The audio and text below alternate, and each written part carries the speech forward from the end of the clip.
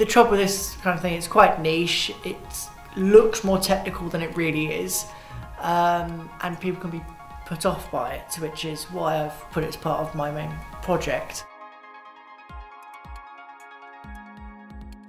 My name's Jason Hodgson. I'm a composer at master's level at Canterbury College University. The documentary you're about to watch is about my creative project, which involved the scratch orchestra here at the uni and circuit bending toys.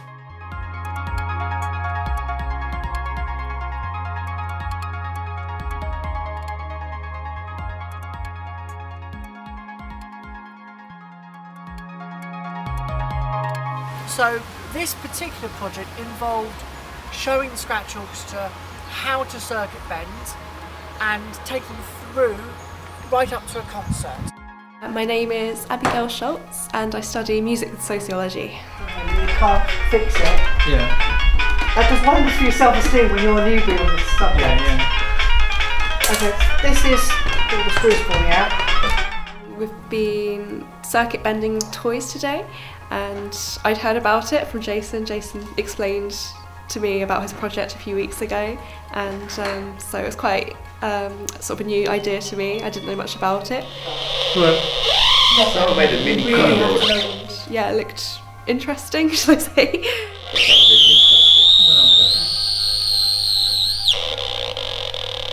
Tried it with fingers, with wires.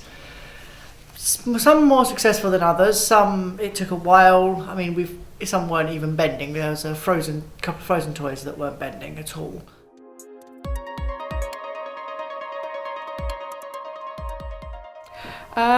I was kind of disappointed about the frozen toys. I wanted to create some sounds out of them, but unfortunately, as Jason said, not all of them worked successfully. So my favourite one was the pink keyboard, where I could press all the different buttons and play the keys.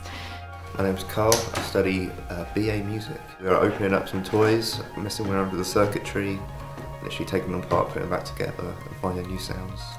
This, I only managed to get it to go faster, and I did manage. That's what I managed to do that. Yeah, so that's what I've done so far with so this. So, are you thinking twiddly dial? Yeah, twiddly dial, and also it's got the French setting as well, which I think was really interesting. Yeah. I'm not sure what it was exactly. It had a mirror in it, so I can see myself playing with it and interacting with it. Think what you will of that. Hopefully, Jason's made some modifications to it. And if that's the case, I'll literally be trying to find ways to experiment with that, like the new options there. Which kind of got a theme of things that people are terrified by, don't know how to interact with, and when really get down to it, you don't really need to know what you're doing to do it, which is the beauty of it. I'll take the toys home and I'll open them up again. I now know where the manipulations can be put. I will try some ideas that we've discussed in this session, but if that doesn't work, I'll make my own ideas up and I'll add wires and potentiometers, resistors, capacitors, all things that I can think of to manipulate the sound further. Put holes in the toys, put it back together, and there's a strange alien instrument, and then give it back to them in the following workshop, and we'll try and compose a piece. I think it went quite well, actually. Yeah, it was good fun. It was something different. 2 hours flew by.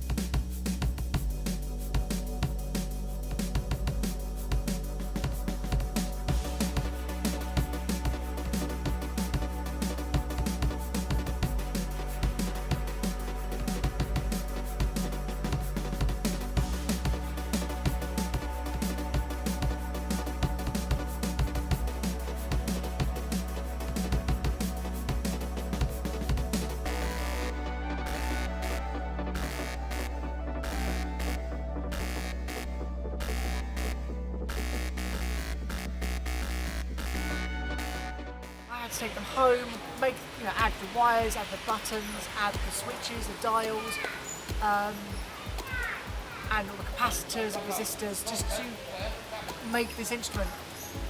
Unfortunately, some died in the process, but as with it is with this project, it's designed around failure. So what you're doing, you're not making an instrument from scratch, you're making a piece of hardware that is failing as you play it.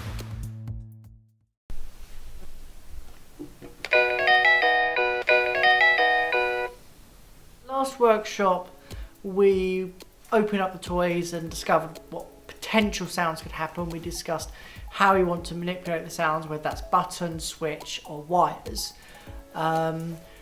Since then I've broken some of the ones that they wanted and replaced them with similar ones. So there was a pink guitar last time which Sam was playing with. When you finally find one, it really hurts. But the speaker, something between the speaker and the circuit board wasn't working, to the point that it was so quiet, even plugging in the audio jack, it just got quieter and quieter. It just became a nuisance.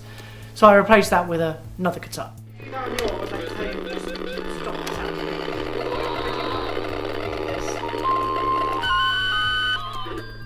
The leapfrog French thing, I tried something with it. I think I knocked a tiny bit of, I'm not sure what it was, a rectangle resistor or something like that. So small that I don't have the equipment for, and it's just stopped working. Wow.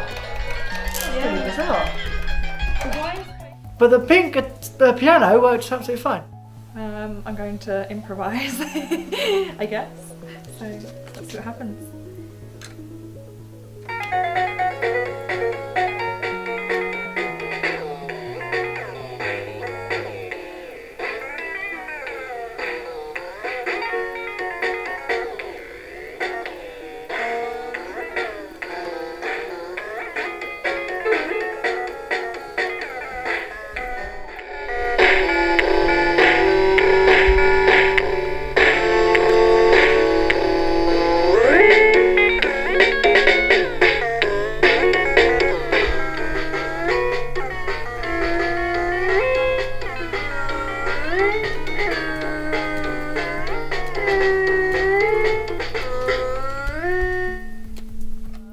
I had to go with them myself so I could have some idea of what sounds they were doing with where you were placing your hands, and so I could guide them today.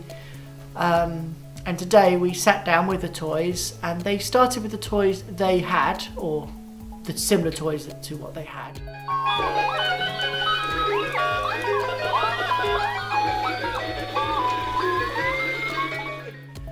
And then they decided to swap it, and it seems to have worked. They prefer the new toys. So Sam's now got a pink keyboard. Between all those notes between C and A flat seem to do when you have it pressed down. The farm thing, which had to take out the buttons to reach the metal strips inside it, which triggered the sounds, that's called Farmageddon. I would like to experiment more with the piano. Discuss it with Abby. Yeah, that's fine. So this is Farmageddon. If you can't tell, it's actually quite a simple circuit bend. You've only got to manipulate these wires, these buttons, and there is actually an audio jack. This is a feature on all the other toys. There's an audio jack socket so they can amplify it. I didn't have the skill to put it through that and a speaker on this thing, so I had to remove the speaker, so this is instead of a speaker, but my aim is actually to get that through there and a speaker. So that we've played with them, we've discovered new sounds, we tried body contacting, which we also discovered with different people works very differently. So we need someone to be like a switch.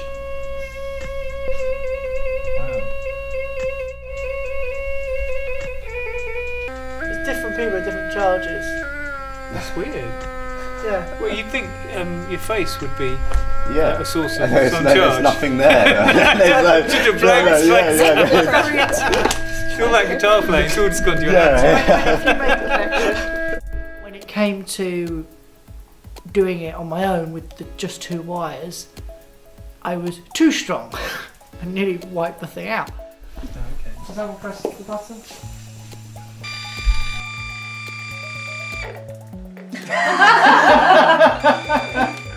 From what I've seen, they've actually had great fun, which is a bonus. You know, not forcing them to play with toys, and you know, it's slightly surreal when you think about it. These university students and professor playing with toys to create music. It's quite, yeah, definitely surreal is the word.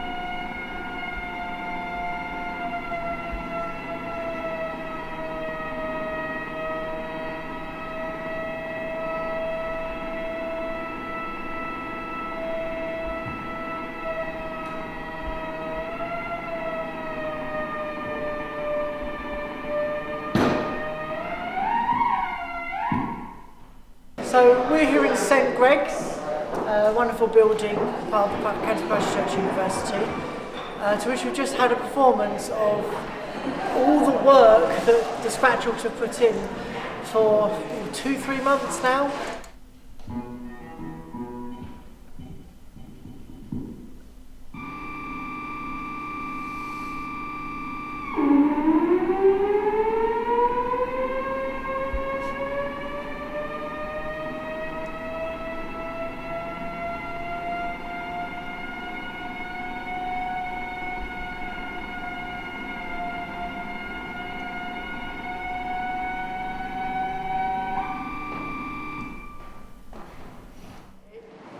I think it went quite well actually. The audience was enthusiastic and the couple came up to see what all the wires and buttons were all about, which was wonderful.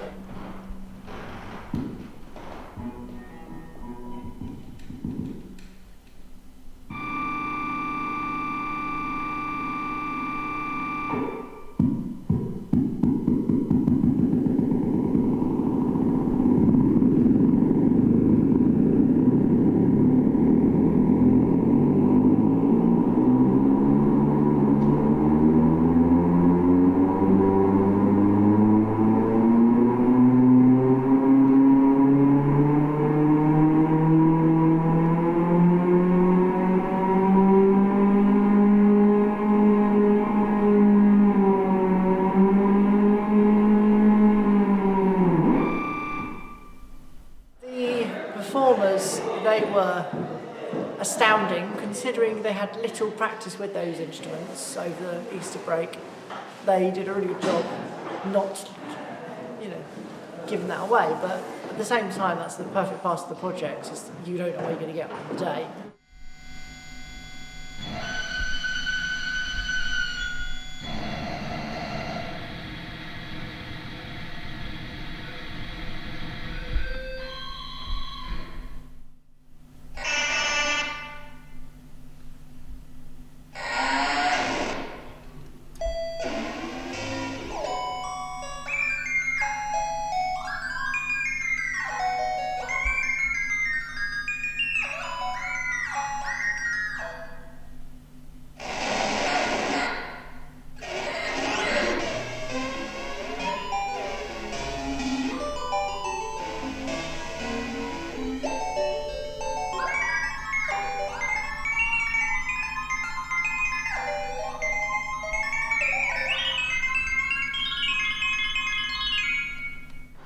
they got to go through the process. And okay, there were some that we couldn't do because of health and safety, but we managed to get certainly a part of it in and out on the open,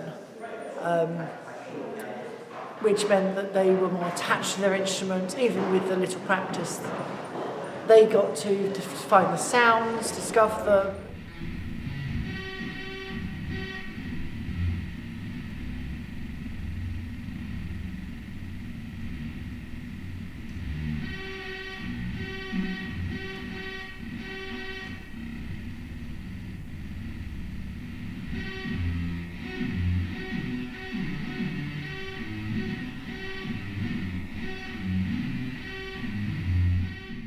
Having them work together to create such amazing sounds is something you don't normally get.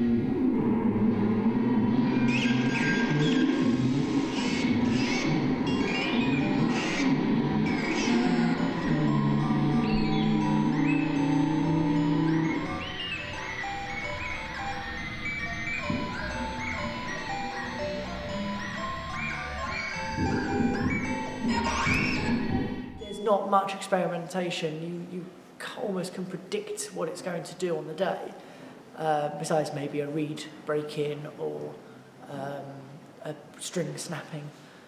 But all in all, you know what you're going to get. But this chance, working with people adds another element. Chance, working with these toys.